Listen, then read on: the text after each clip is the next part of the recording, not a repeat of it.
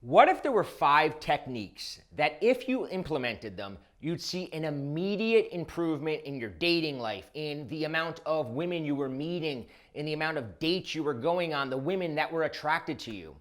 What if I told you there are actually 5 techniques, and I'm gonna give them to you in this video?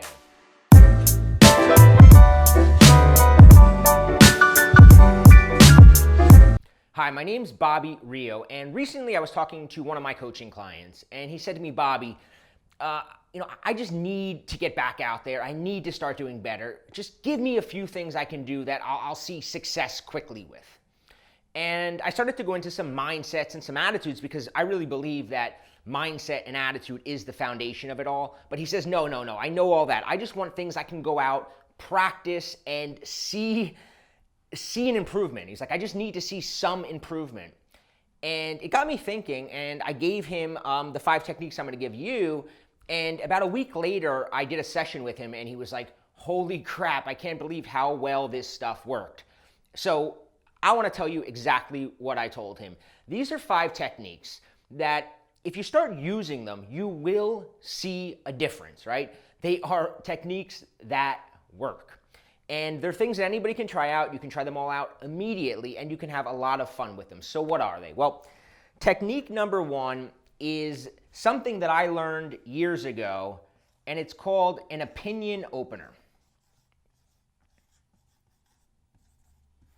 So probably the biggest obstacle that guys have in meeting more women is meeting more women, right?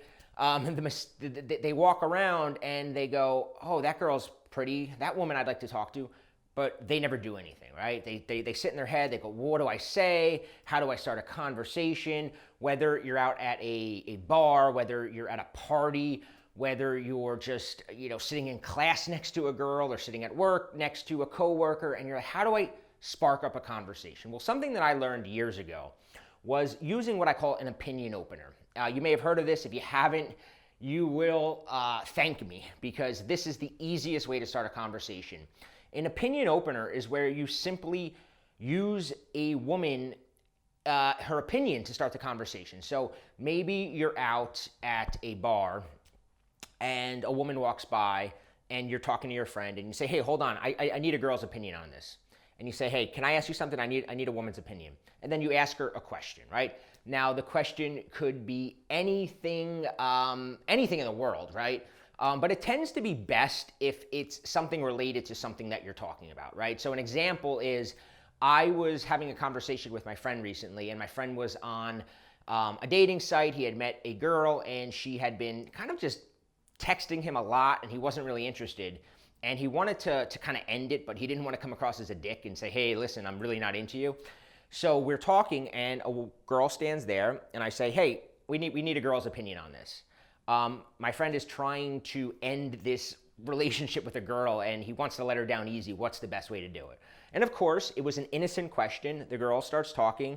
Now her and my friend start talking, and all of a sudden, they're in the middle of a conversation, right? And it goes well. And it all started with asking her a question.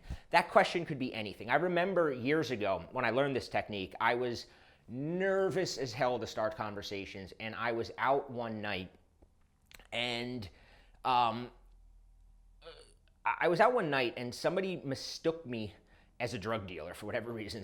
I was walking into a bathroom at a bar, and somebody goes, I don't know if I was dressed like a drug dealer or if I resembled a drug dealer that he had bought it from, but for whatever reason, somebody asked me that. So I walked back out to my friend, and I hadn't talked to one girl all night. I was scared shitless. This was like years ago when I was really trying to get better at this. But having had that altercation in the bathroom, I go, why don't I ask an opinion? So a girl was standing there, and I go, hey, I need your opinion. Am I dressed like a drug dealer? I had like three different people like come up to me today and ask me where they can get pot from or coke or whatever. And she goes, what? No. And we start talking, and sure enough, we got into a good conversation.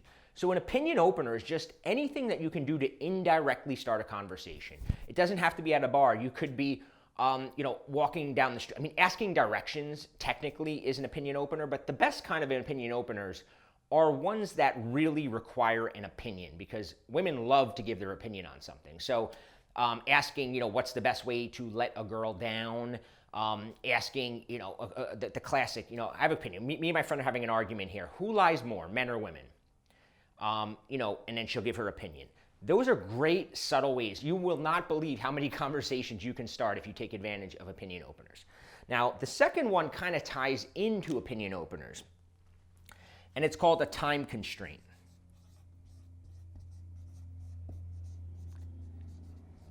So for me, one of the big issues I had starting conversations was not so much fear of rejection. My big fear was the fear that she would go, oh no, I'm going to get stuck talking to this guy. Because back then my conversation skills were horrible. And I knew that after a few minutes I would probably run out of steam and start saying, whoa, so where did you grow up? Oh, did you have a lot of brothers and sisters? And, And I knew that at that point it would get really awkward. So I learned something called a false time constraint. And that is where when you start a conversation, whether it's using an opinion opener or anything, you go, hey, I got to get back to my friend in a second, but I just wanted to ask you something. And what's great about this is it kind of creates this constraint that you can now use. And she can feel comfortable because in her mind, she's like, okay, I'm not going to get stuck talking to this guy for the next 2 hours because he's got to get back to his friends. And in your mind, you're like, well, the minute I sense an awkwardness, I can say, I got to get back to my friends, and it won't be weird because you've already planted that idea. Now, if you guys hit it off really well, obviously you can say, hey, my friends can wait, and we'll talk a little longer. But it is also good to do the walk away and come back to her and show that you are willing to walk away. But the false time constraint, it takes a burden off of you. It's almost like jumping out of a plane with a parachute because you know that at any time you can pull that cord and go, hey, I got to get back to my friends, right? So it's great to combine these two. The third one is something you can have fun with, and this is called a disqualifier, right?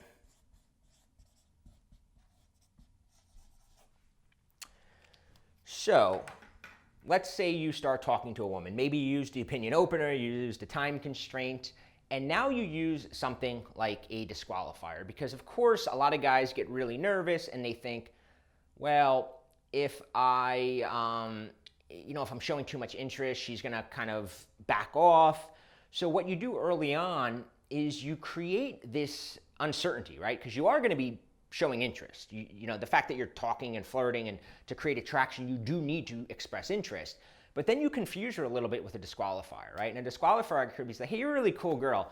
You're going to be like my new best friend, right? You say something like that. Or, I really like you. You're like my little kid sister. And what you're essentially doing in her mind is you're going, wait a minute, he's being all flirty, but he just called me his kid sister, or he just said I'm his new best friend. And now there's this confusion in her mind. And for women, they like that confusion because it presents a little bit of a challenge to them. It's almost like her going, I'm going to show him I'm not his little sister. I'm going to show him I'm not his friend, right? Instead of the other way around where she's the one going, oh, you're like my new friend. You're doing it to her. You're creating this disqualifier that in essence buys you time because it kind of gets her going, whoa, maybe he's not hitting on me. What is this? And it buys you more time to create attraction. And it also instigates a little bit of the chase in her part. So the next technique is called a routine. And a routine was something very popular back in the day when a lot of people were using like the mystery method style of meeting women. And a routine is essentially a pre-planned conversation that you have, okay? It's almost like a script that you can go into in a conversation. And what they're really good for is having something ready that you can use to move a conversation in the direction you want to go. Because a lot of times you start talking, the conversation starts going in a kind of a neutral area where you don't sense you're creating any attraction and the conversation kind of fizzles and you're like, how can I get this conversation back on track? Well, a routine is something you can use to get it back on track. And I'll give you an example, right? I give this one all the time. It's one of my favorites. And I must have used this routine literally hundreds of times back in the day. And the routine was also sort of an opinion opener, but it was in the middle of a conversation. So I would go out, and I can remember one time specifically, my friend and I were talking to these two women, and the conversation started, they were like a little older, and they didn't really, you could tell they probably were divorced and were coming back into the dating scene, and they really didn't have great flirting or conversation skills. So they were actually the ones interview moding me and being really boring, and I was like, this is not a fun conversation. So she's asking me, so where did you go to college? And I'm like, I don't want to answer this question. So I go, hold on for a second. Before I answer that, me and my buddy here, we were just talking, and I got to ask your opinion. Do drunk I love yous count? And she's like, what? What do you mean? I'm like, do drunk I love yous count? And she's like, what? And I'm like, my friend here, the other night, he was with a girl. She was really drunk, and she says, I love you to him. But it was the first time she ever said it. And he's like, does that count? Do I like have to say it back now? Is it weird? And then the woman, of course, women love this kind of conversation. She's like, oh, wow, huh. And she's like, starts talking and remembering things. And then, because I knew that to bring some sexuality into the conversation, I say, well, what about during really good sex? What if you blurted out during really good sex? Does that count? And she's like, and now we're talking about that. She's like, well, if it's really good, and now we went from this boring conversation about where I went to college and what do I do for a living to just saying I love you during blurting out I love you during really good sex count, right? With one question, right? One routine, which is do drunk I love yous count? And the more of these sort of routines you have, the more you're able to make sure that you can have these good conversations because you're ready, you've got this, right? I have literally, thousands of this type of material from over the years, things that I've used personally, things that my friends have used and told me and now I use, and things that I've given students and they use. And the more of these, the better. So the fifth technique that I recommend trying out is a barrier, okay? And barriers are good if you want to say something sexual to create sexual tension or to express sexual interest, but you put a barrier in front of it so that it kind of creates some tension and it also lets you off the hook a little bit, right? So maybe you're talking to a woman and it's going well and a barrier would be saying something like, if I wasn't such a good Christian boy, I'd be totally trying to get in your pants right now. So you're telling her you would be getting in her pants, but you're saying, I'm not going to because I'm a good Christian boy. So it's like this barrier, but it's a false barrier, right? You both know it's false. Saying something like, this isn't, you as my coworker is not going to work out. You're way too distracted. You're too hot. It's going to be distracting, right? You're creating this barrier, like we're coworkers. You're too hot. It's distracting. Anytime you say something, it could be something as simple as like, we're not going to get along. We would fight all the time. We'd have makeup sex. We'd fight all the time. Then we'd have makeup sex. It would just get exhausting, right? So you're telling her like this idea that you guys would fight all the time, have makeup sex. You're not going to get along. It would be too exhausting, so we can't be together. But at the same time, you're saying all this stuff about you two having sex and making up and having sex and making, So it's a barrier, and it's a really fun way to introduce these sort of things into a conversation without it getting weird. So these 5 techniques, the opinion opener, the time constraint, disqualifier, routine, and barrier, there's literally nothing stopping you from using them immediately, right? These aren't things that you have to, the way I explained them in this video, you can start using them.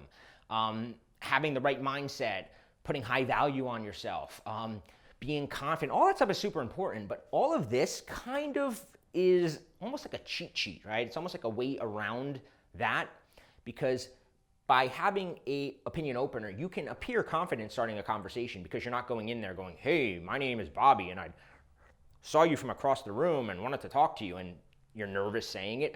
Saying, hey, I got to ask your opinion on something. You can say that with confidence. So now you appear more confident, right? The time constraint makes you more confident because you no longer worry that you just jumped out of a plane without a parachute. You know you can leave at any moment with, hey, I got to get back to my friends.